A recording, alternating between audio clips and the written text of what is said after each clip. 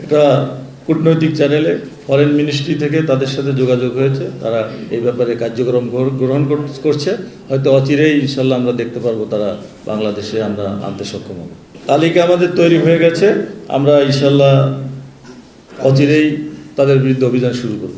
ওইটা এক্সাক্ট এখন বলবো না, কারণ যে তালিকাটা আসছে এটার থেকে আবার একটু আমরা অনেকগুলো এজেন্সি থেকে পেয়েছি, এটা আবার আমরা সব কিছু মিলিয়ে কমন যেগুলা সেগুলোর বিরুদ্ধে আমরা ব্যবস্থা নিই। আমি আপনাদেরকে একটা বিষয়ে আশ্বস্ত করতে চাই যে আমাদের পুলিশের পক্ষ থেকে কোনো অতি উৎসাহী ভূমিকা পালন করা হবে না, কিন্তু আপনার সিটিজেনকে ল অ্যাবাইডিং হতে হবে, আইন নিজের হাতে তুলে নেওয়া যাবে না, তাহলে দেশ একটা অকার্যকর দেশে পরিণত হবে। আইনের শাসন বাস্তবায়ন, ন্যায় বিচার প্রতিষ্ঠা, এই জন্যই পুলিশ কাজ করবে।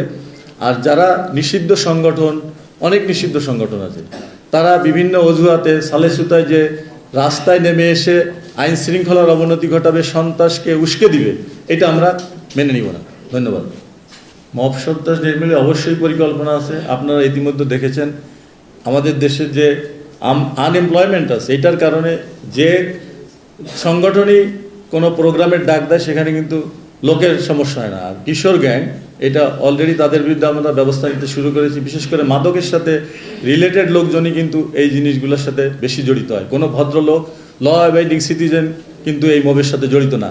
আবার কিছু আছে এই মব থেকে ফায়দা লোটার জন্য, লুটপাট এবং বিভিন্ন রকমের অপকর্ম করার জন্য তারা এইটা আরও যারা ব্যাপক আকারে ছড়ায় সেগুলো চেষ্টা করে। তা আমরা মূল মব তৈরিকারী যারা, তাদেরও লিস্ট তৈরি করতেছি।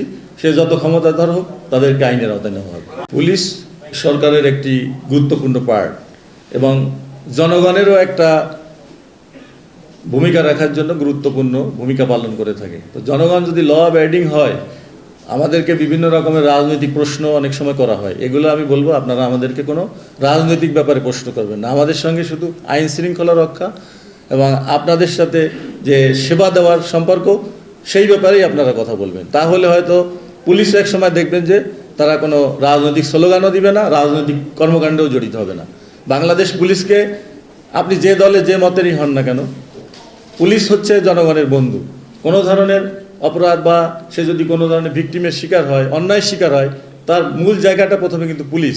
সেই জায়গাটা আমরা অলরেডি আমি বলেছি আপনাকে বক্তৃতায় যে আমরা প্রত্যেক সদর থানাকে জেলার জিরো কমপ্লেইন থানা হিসাবে প্রতিষ্ঠা করতে চাই। সেক্ষেত্রে এটা একটু বুঝায় বলা দরকার আপনাদেরকে যে কোনো ধরনের মানুষ থানায় আসুক না কেন, তার যদি আমরা আইনের আওতায় নাও আসে, তাকে এক কাপ কফি খেয়ে বা চা আপ্যায়ন করে তাকে আমি বিদায় দিতে চাই, যাতে পুলিশের বিরুদ্ধে কোনো কমপ্লেইন না থাকে। কারণ আমাদের থানায় যেখানে মানুষ যায় সেখানে রিসিপশনটাই খারাপ, আপনারা দেখেছেন।